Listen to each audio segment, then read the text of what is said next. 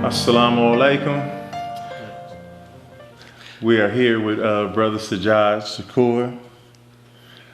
Today's episode in Islamic Learning with Masjid As-Sabur is going to be focused on constancy, patience, and good deeds. Surah 103, Wal Asr. Before we begin the show, we'd like to open with our Fatiha as we normally do. You ready, brother? Yes. A'udhu billahi minash shaitanir rajim. Bismillahir rahmanir rahim. Alhamdulillahi rabbil alamin. Ar-Rahmanir Rahim. Maliki yawmiddin. Iyyaka na'budu wa iyyaka nasta'in. Ihdina siratal mustaqim. Siratal ladina an'amta alayhim. Ghayril maghdubi alayhim waladdallin. Ameen. In the English translation for that is, in the name of Allah, the most gracious, most merciful, all praise is due to Allah, the most gracious, most merciful, master of the day of judgment. You alone we worship and you alone we ask for help. Guide us along the straight path, the path of those whom you have favored, not those who earn their anger, nor those who go astray. Amen. So, my brother, Brother Sajjad, long journey, my brother. Long journey, man. Long journey together. And just based on, just so the audience knows, you have chosen Surah 103, Wal Asr, Yes, sir. to be the theme of today's shows. And I guess we like to start by saying, if you could speak a little towards how did we meet, and what made you choose Wal Asr for today's topic? Assalamu alaikum. My journey's kind of unique. I went to prison while I was still in high school, and which was kind of rare. This is in the very early 90s, and it was kind of rare because I'm Pakistani, and I remember when I went to prison, the guards didn't even know how to classify me. Right. So they're like, hey, well, what do we do with this guy? So it was rare for somebody like me to go to prison back then, but at the time, you probably wouldn't even see me as a Pakistani. I was more Mexican than I was Pakistani. I was in a Mexican gang, getting in trouble with guns and all kinds of stuff. And that kind of stuff leads you to prison. So I went to prison, had a very lengthy sentence. I had a life sentence. And to be 100% honest, I was 25 to life to be exact. 25 to life. And third strike, correct? Third strike. Started my career criminal very young. And so anyway, I was actually never supposed to get out of prison. That was what my lawyer thought, and that's what I was pretty much told. I went to prison, and while I was in prison, after a few years of still getting in trouble, not really, understanding my place in this world, I ran into a situation where I had to decide between the identity that I had forged as a youth, which was this Mexican Cholo gang member identity, Right. or the identity that was given to me at birth, which was Islam. And it came, this problem. Right, so with that, just let me interrupt real quick. With that, you actually should have never been in prison. Yeah. So but now, go ahead. We need to preface this with a qualifier that had I been acting on that Islamic identity that my parents blessed me with, I never would have been in prison. But as a youth, I got picked on for that identity. And this needs to be said. As a Muslim growing up in America in the 80s, as a Pakistani, the color of my skin, my name, my religion, my food, curry. Everyone loves curry now, right? But back then, we got picked on for smelling like curry and for eating curry. So, but anyway, these are the things that are most sacred to us, and I got picked on for that. And so there was a lot of trauma. I didn't know how to deal with that trauma as a kid, so I resorted to fighting. Every time somebody said something, I would fight. And eventually that led me to be around people who were involved in fights, gang members, and eventually got a gun when I was very young and started hanging around with them and started causing a lot of trouble, and that's why I went to prison. And while I was, so let me back up a little bit. As a kid, subconsciously, I believe that I was running from this Islamic identity because this Islamic identity was a source of trauma for me. So that's why I chose this completely other identity, which led me to prison. And I was fine with that identity. Up until the point while I'm in prison, I was in prison for a few years before this incident happens where I start going to Jummah services in prison. Now, at the time, the only Muslims in prison were black. The shot caller for our gang had a problem with me going to Jummah services. And so he summons me to sit down. And usually when these guys summon you to a sit down, right, even though I was young, I knew this is not going to end up well.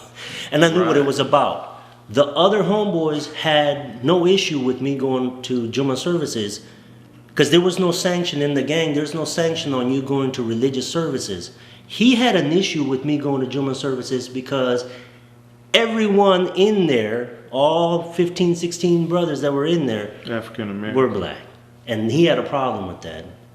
So anyway, I sit down and he's basically telling me all this history of, the Mexican movement and how the gang came out of the Mexican movement. And so I cut him short. I said, brother, you do understand I'm not Mexican. And this is before the beard. And, at the time, I looked like a Mexican, to be honest. My hair was slicked back and I had the little... You made an effort to look like I made a concerted effort to look Mexican because that was the lifestyle that I had chosen. I want to clarify that. There was a lifestyle that I had chosen. And and I speak fluent Spanish. So, in fact, I spoke better Spanish than he did, which is why he was confused at why I'm not Mexican. So I said, brother, you do understand I'm not Mexican, right? And he said, what do you mean you're not Mexican? I'm not Mexican, bro. This is my religion. Those guys are my brothers.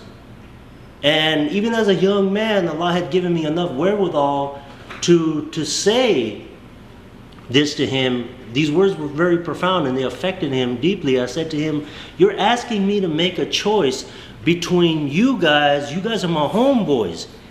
And you're asking me to make a choice between my homeboys and my brothers. That's a choice I cannot make. I can't make that choice, man. And it's not fair that you're asking me to not go to Jummah services and you're not asking anyone else to not go to their Christian services.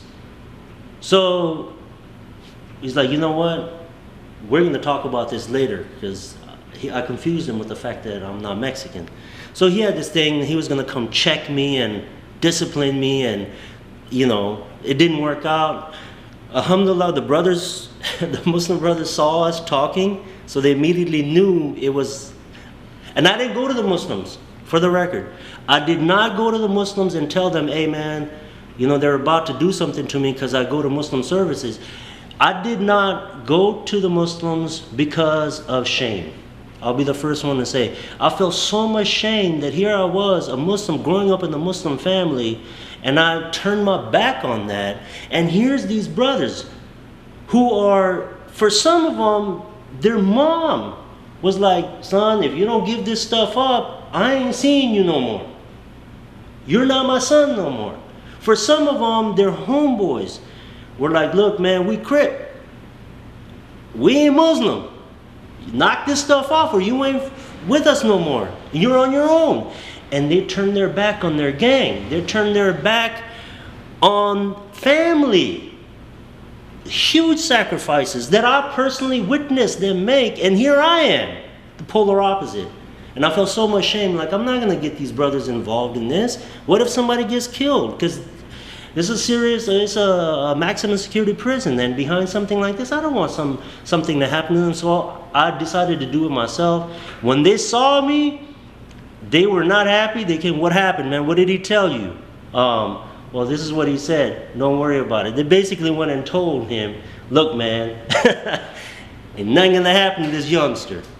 We understand, nothing gonna happen to this youngster. So alhamdulillah, nothing happened, and I got to spend the rest of almost 2 decades in prison, mashallah, without ever having any kind of issues. But that moment was pivotal in my growth. And I say pivotal because, I don't want to get philosophical, but once in a while in your life, you have a situation where everything that happens afterwards depends on the decision that you make that day. Right, and so I'm sure you're used to me correcting you all these years. You said that was a decision that you couldn't make, and they were asking you to make a choice that you couldn't make, but ultimately you did have to make a decision, and you did have to make a choice. And that was to come back into Islam wholeheartedly.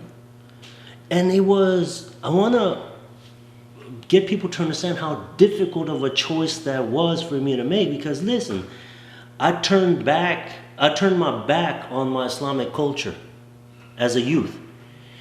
And then I did so much work for this gang. I put in work for this gang. And I loved this identity that I was creating. I created this identity for myself. That had cost you your freedom. It cost me a life sentence. And now I'm in a situation where I had to choose. And it was a tough decision. And wallahi, I say this, had it not been for the fact that I met those brothers in prison and saw the sacrifices that they were making coming to Islam, and that shame that I felt like, oh my God, look at the sacrifices that they're making for this religion. Had it not been for the fact that I witnessed that firsthand, I never would have made this decision. I never would have made this decision. So real quickly, since we did, I can't leave it right there. What would be your message to the youth whom we know are struggling with these type of decisions, where you have the dunya being so attractive, and in contrast to being on the Sirat al-Mustaqim and following the straight path, and the blessings and benefit that you can attain just by being on the straight path, in contrast to all that glitters, that's gold, that shaitan has made alluring to the youth? The message that I would have for the youth, is that we need to start understanding our Islamic identity. We need to start having pride in our Islamic identity, and we need to be involved with the community to set up programs and things where we can have the youth, an interactive area where we can have the youth embrace their Islamic identity, show pride in their Islamic identity. Because for most youth, I know it was for me, and it is now for most youth, the Islamic identity is a source of shame and trauma. It was in the 80s, and it is today too. Anyone that has gone to an American school, high school, junior high, elementary, we know firsthand, kids can be cruel, and our Islamic identity becomes a source of shame, so subconsciously we run from that. And so my thing is, we should have programs, we should have something that the youth can be involved in where it expresses their Islamic identity and it's a source of pride for them. And I'll just harken back to some of the examples. If you look at, for example, what the Nation of Islam was doing back in the 50s and 60s to combat the stereotypes and everything that was being portrayed in the mainstream media and everything, they had programs like, no, we're going to have pride in our own thing, in our own identity. And being upright. And being upright and everything. So anyway, that that's what we need to have. And I think for most Muslim communities, I see that lacking, man. I don't see that. I don't see an expression of that. So, after making that decision, because you spoke briefly on that, after making the decision to return to Islam wholeheartedly, how long did it take for you to see the changes in your life in regards to Allah just blessing you beyond measure? It took a few years. And For you to see it, or for it to actually come into fruition? both. Okay. In fact, I would say it. So I started, once I made that conscious decision that I wasn't going to be with my homeboys anymore, that life was now over for me, and there was no vacillation in that. There was no equivocating. It was black and white. You're either with them or you're with them.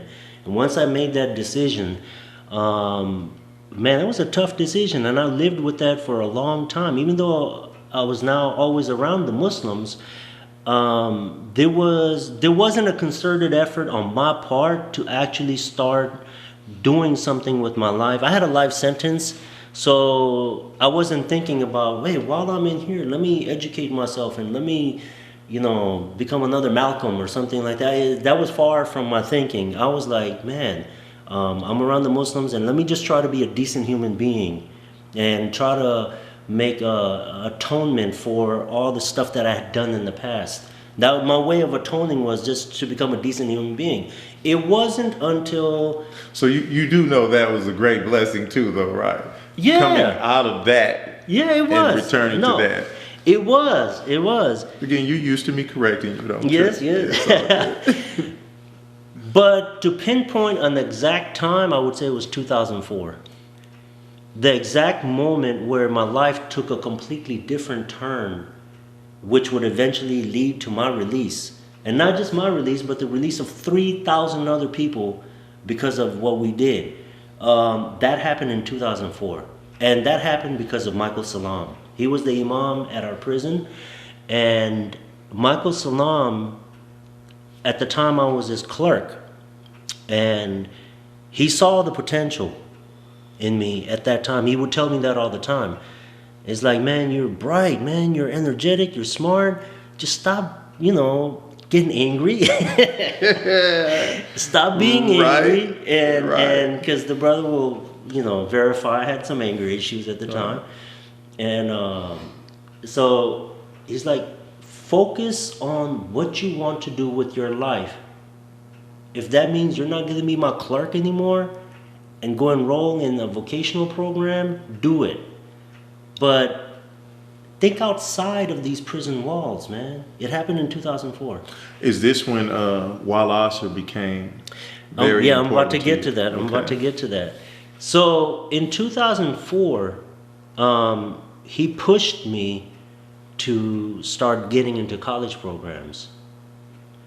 And something that he said to me that was very profound, and it goes back to Surah Asr. Surah Asr is an oath in which Allah takes an oath. I swear by time. In other places, Allah swears by the moon, the sun, the earth. In this instance, Allah swears by time, and not just time, like what time it is, but chronological time. Allah swears by chronological time that man is in loss, mankind is in loss, unless you believe and do good deeds. And this is what I learned from Imam Michael Salam. Believe and do good deeds. وَتَوَاسُوا بِالْحَقِّ, stand firm on justice. وَتَوَاسُوا بِالصَّبْرِ, and stand firm collectively, stand firm on discipline and patience. So these were the lessons that he taught me. And he's like, listen, man, the only way you're in loss. Let's get this straight. Allah is promising you this. You're headed for destruction unless you believe and do good deeds. And that was the thing that he would always instill in us. Believe and do good deeds. Stand up for justice. Stand and be disciplined. Just do this and Allah will provide you success. So he forced me into, not forced, but nudged me, coaxed me into college. And he's like, listen, take the college courses, man. If you need a proctor, I'll be your proctor. I'll do whatever needs to be done for you to get these college courses. So I got enrolled in college. And that was, alhamdulillah, 2004. And I started my college courses, went and finished those, went on to Ohio University for my bachelor degree. All of that while I was in Pleasant Valley, and then went to San Quentin. Mashallah, now I had education. I got my degrees, went to San Quentin, and this is where the second part of Asr comes in. I have the education. What am I going to do with it? While I was in San Quentin, I saw a need. 3 strikers that had been given 25 to life sentences for stealing bubblegum, candy bars, loaf of bread. And you're saying these were their criminal offenses, not what they were doing inside of San Quentin. Right. This is what they were given 25 to life sentences for. And they were having a hard time coping with this. So after my education, and when I landed in San Quentin, I saw on their faces and in their mannerisms PTSD, all the symptoms. Wait a minute, I just studied this on page such and such. Trauma. And like, they're not able to cope with a life sentence for stealing a loaf of bread. And they need help. I went to the psychology department. The senior psychologist gave me audience. I talked to him and explained to him that this is a problem. He said, listen, if you want to do something about this, we'll help you. So we designed a curriculum for those 3 strikers. There were several hundred people in my group. That group went on for about 3 years. And during the course of this group going on, Stanford University finds out about us. Right. So Stanford University wants to come and meet us. And they hear that, oh, these guys are changing their lives. And, you know, they're not mad at the system. And for grievous. Yeah, and I mean, and they had every right to. Everyone knows now that the 3 strikes law was racist, disproportionate, every other negative word I could think of. It was.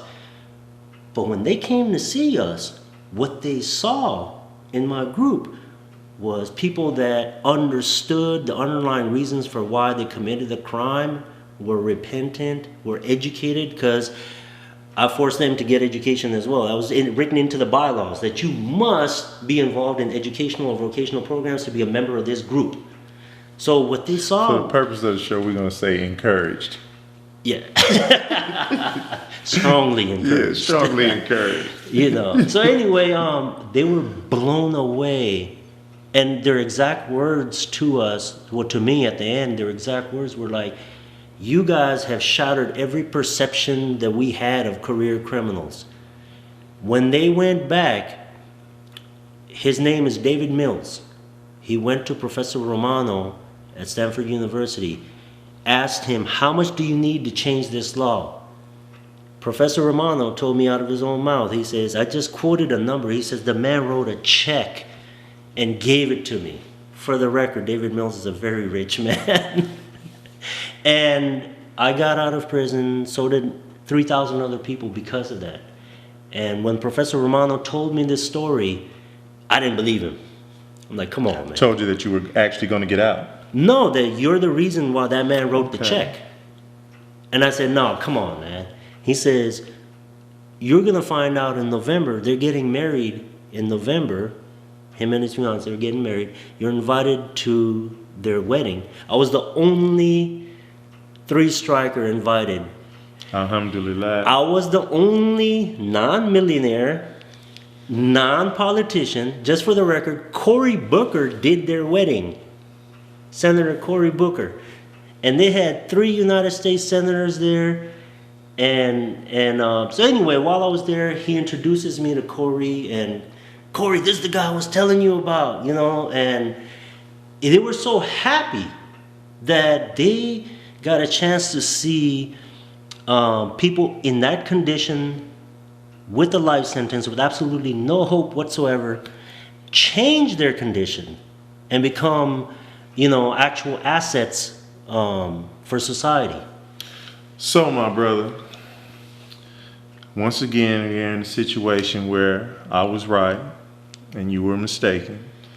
There was no way we were going to be able to get your whole story in a half-hour show. So what I'm going to need you to do is I'm going to need you to get on that phone and see what you can do to see if someone can fill in the restaurant, because we definitely have to talk about what happened once you were released. Yeah. Right. So right now they have pretty much a summary of what it was like on the inside for you, Yeah. those changes that you made. But right now we're going to wrap the show up today,